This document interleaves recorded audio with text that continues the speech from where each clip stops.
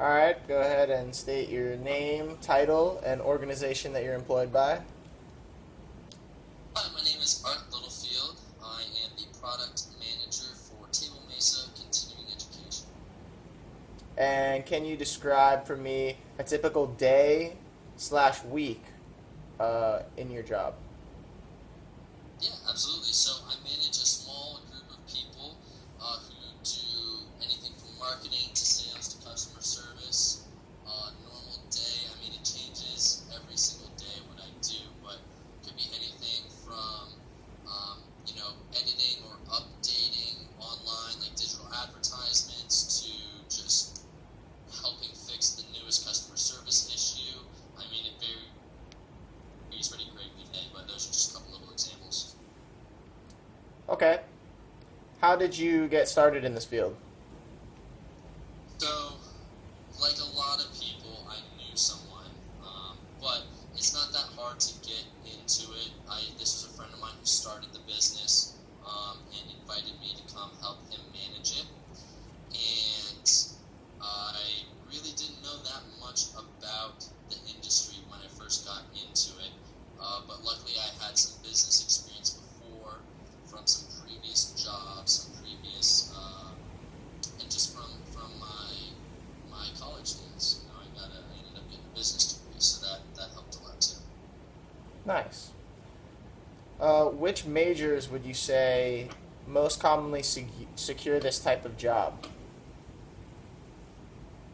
Business, pretty much anything business related. I got a degree in international business. Some of the people who work for me have stuff, anything from marketing to, business administration, international studies, things like that. Um, Okay. but yes, anything business related. And what would you say are the most satisfying aspects of this job? Oh, there's a few. One of my favorite things is when a customer comes in just heated, really mad, upset about whatever the issue may be. And I've worked customer service before, and I just love turning that experience around and turning it into a really positive experience. One where by the end of the phone call, or by the end of the email feed, or the chat, they are actually thanking me for our service and telling me that they're going to use our product in the future and recommend us to their friends. And that is just such a good feeling to be able to do that and turn that frown upside down, as cliche as that sounds. Nice. That does sound rewarding. It Uh, is. how about the opposite end of the spectrum? What frustrations or drawbacks do you commonly experience with your same position? So our business is a small, young business. We're still kind of growing into ourselves, and so a lot of things with startup companies and new young companies and just business development in general. There's a lot of speed bumps, a lot of roadblocks, and just it's hard to um, create all these different functionalities that you need as a business. You have web developers that you need to tell them exactly what you want and what you need for your website to make sure that people who are searching for your services land on the right landing page, the right marketing page, etc. And when there's so many different moving parts and things like that, it can be very difficult at times to make sure that everything happens and to make sure that it happens on time. It can be pretty difficult to, things get delayed a lot, things get postponed and things like that, so it can be really frustrating, especially when you're promising your customers certain services, functionalities, and then you have to come back and tell them later, that's going to be another few weeks before we're able to give them to you. And so that's kind of a bummer, but it'll happen eventually, and so that's okay. True. Okay. Commonly, how often do you travel for your job, and for how long are you usually gone? I travel pretty often for my job, actually. So my case is kind of a little bit different. I work remotely, but I take trips to meet with my team about once a quarter, once every 2 or 3 months, and I'll be out there. I'll usually spend at least a week with them at a Okay. What percentage of the time is spent while you're working utilizing computers, and what percentage of the time is spent interacting with people and writing reports and things like that? So I would say 100% of my time is using computers. My whole business is based on online continuing education and interacting with people and writing reports. I send a weekly report to my boss. I have my employees write up weekly reports that they send to me, and then interacting with people face to face. I do that every time I go out to meet with my team, and every now and then I'll do a conference where I'll present our solution in front of a group of people, and that's really nice to be able to kind of pitch our idea, pitch our solution to a whole group of people. Okay. So that type of group of people, they're people outside of the organization, I would assume. How often are you in contact with people outside of the organization, and what is your general relationship to those people? I speak with people outside of my company and our organization every single day. It can be anything from customer service, like I said. Well, I guess that's within our organization because they're using our product. But on top of that, I talk to other people who aren't utilizing our services almost every single day in our sales efforts, and trying to get them to come on board and utilize our service. A lot of that is email marketing, phone calls, cold calling, things like that, which then turns into warm leads, and then we develop a relationship. And the frequency of that depends. It depends on how interested the person is. If someone's interested, one of my girls who works for me, she's developed this relationship with one of our clients. They started out as a cold lead. She, decided to use our services and put her courses on our website and started to sell them. And then she's got all these great ideas. She's just one of those people who's a go-getter, very involved in what she does. And they speak either on the phone or via email, I want to say almost every single day. And I've got some people like that I speak with pretty often, every day, but definitely every week. Okay, that's interesting. So this type of career, how does it generally affect your lifestyle as far as things like amount of work, leisure, travel, and outside interests? So, again, I'm kind of lucky in my sense with my job that I'm able to work remotely. So the whole work-life balance is definitely there. I'm able to kind of work, not necessarily when I want, like I still work more or less than 9 to 5, 8 to 5, 9 to 6 hours. But if I need to take a break, or, feed the dogs, or, something like that, I'm able to do that. If, I need to give a friend a favor, give them a ride, I'm able to do that. If something fun comes up and I want to go do something fun, I'm usually able to do that as long as I'm able to come back later and finish my work. Obviously, if something important is happening, I need to be responsible enough to know, hey, I can't go do this fun thing right now and make that decision myself, because if not, it's going to directly affect my business. But I really believe that type of having that freedom and flexibility makes me more excited about doing my job and about doing a good job, about doing my job well. And so I think the final product is much better experience for the end user. I can see how that would promote better work ethics. Absolutely.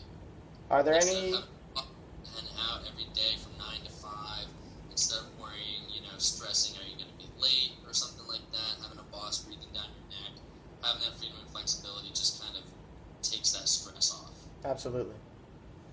Are there any specific degrees, licenses, or other credentials that are required for entry or advancement of your work? I wouldn't say any degrees or licenses are required necessarily, but obviously a bachelor's degree of any sort is highly recommended to be able to into this type of profession. And on top of that, if you have further education, a master's degree in business administration or something like that, obviously helps as well. But we hire more based off of experience and how well the individual is going to fit into the company culture. I'm much more excited to work with someone who I think I'm going to be able to hang out with outside of work than someone who is kind of awkward and I'm not really able to just have a normal conversation with. And so, if obviously qualifications come into that as well, they need to be very qualified. But if I have two people with the same qualifications, I'm going to go with the person who's more just comfortable working with me. All right, and speaking of that, things like skills, values, or personal traits, which one specifically do you think would promote the most success working for your organization? I would say values. Someone who holds themselves up to like a high standard of living, a high standard of work ethic, and a high standard of education is going to bring a lot more value to the company than someone who has a master's degree or all these different degrees and things like that. Someone who's really book smart but isn't able to apply it. You need that same kind of balance where you're able to take that everything that you learn, but you need to be able to apply it to the job itself as well. And so that same kind of thing is very important in our industry as well. Okay. Do you belong to any trade or professional groups which are significantly beneficial to the work that you do? Um, Not really. I'm part of this email group, the Young Entrepreneurs of America, but it's nothing really that I'm too involved with at the moment. It's definitely something that I would like to become more involved with, and I'm actually moving out to Colorado where my company is based soon, and there's a ton of different trade groups and well, not trade groups, but just kind of entrepreneurial groups and startup incubators and things like that are out there that I'm really looking forward to getting involved with Yeah. soon. All right. Normally, how would you say people learn about openings in your field? So there's two different companies that we usually post with online. Two websites that we usually post are ads for hiring. One of them is called Career Buffs. It's through the University of Colorado in Boulder, and the other is called internstostartups.com. It was started by this guy named Paul Foley. He's a serial entrepreneur. I've lost count of how many startup companies he's started now, but basically the idea of the website is to get interns and startups talking with each other and connect them. Okay. If there was some kind of information that you could have had or known before you started this position, what would it be? Ooh, that's a good question. Healthcare. I wish I would have known a lot more about healthcare, but like they say, fake it till you make it, and I don't know if I've quite made it yet, but and I wouldn't say I necessarily faked it, but there was a lot of learning involved in the first year or two that I was working with this company, and you just have to be knowledgeable. Not even knowledgeable. You just have to be coachable. You have to be a sponge and just absorb as much as you can and just be open and listen. I would say one of the biggest things, recommendations I would say is I'm a huge proponent of communication. You have to have like a high level of communication and confidence. Communication and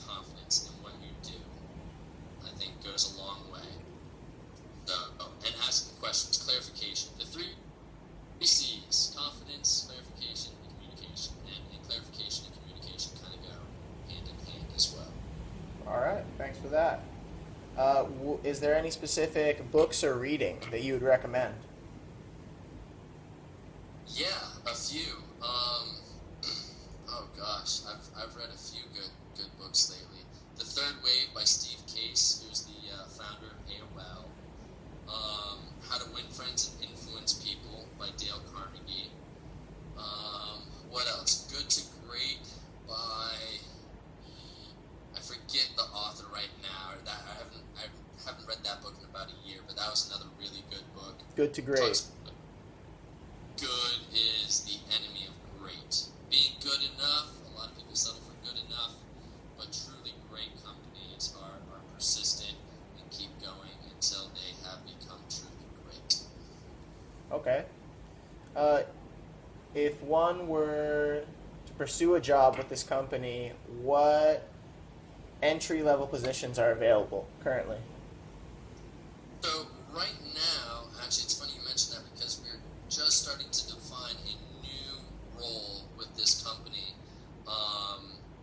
Well, two new roles actually. One of them is going to be Table Mesa Marketing. The other is going to be called Table Mesa.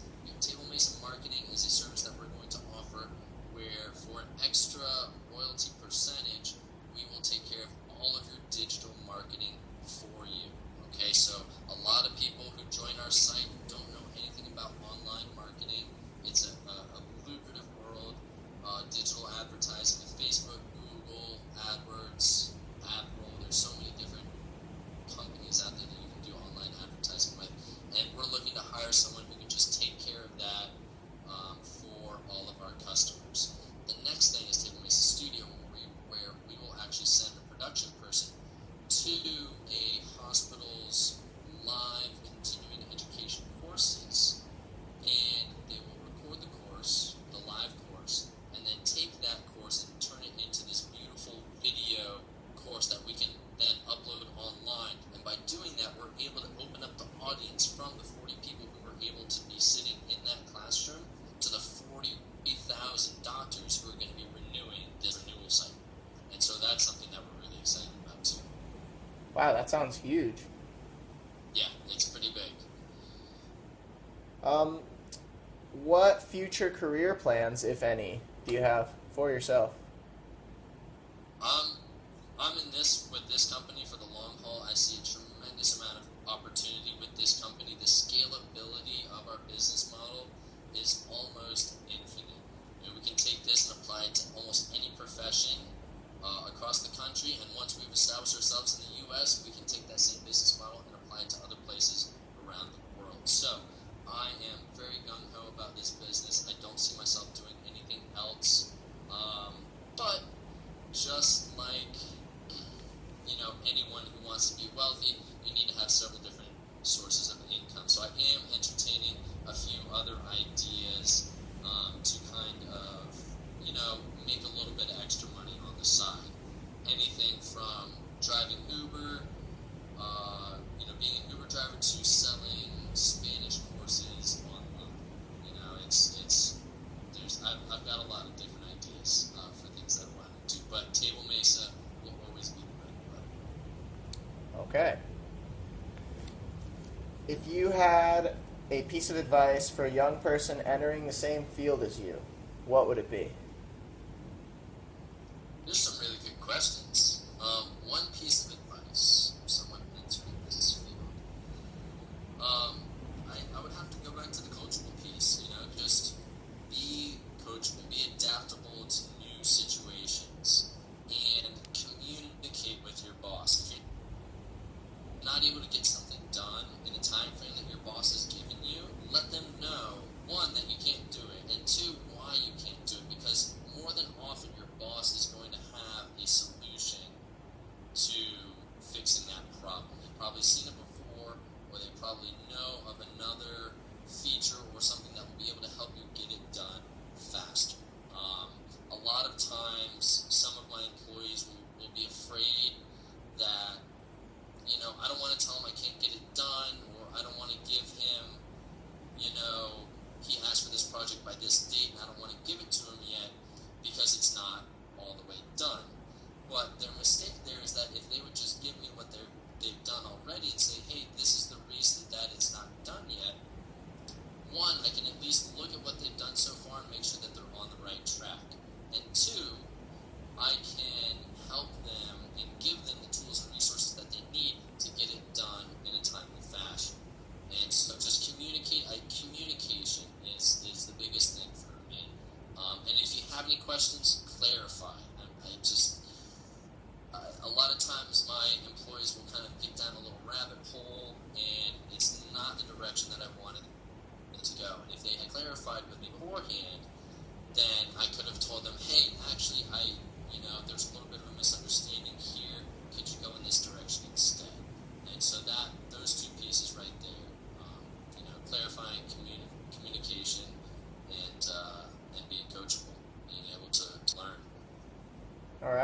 Really awesome answers. That just about wraps it up for the interview. Thank you Cool, very much, great. Mr. Littlefield. Yeah, absolutely. Thanks for having me. All right, no problem. Take care. Have a great one.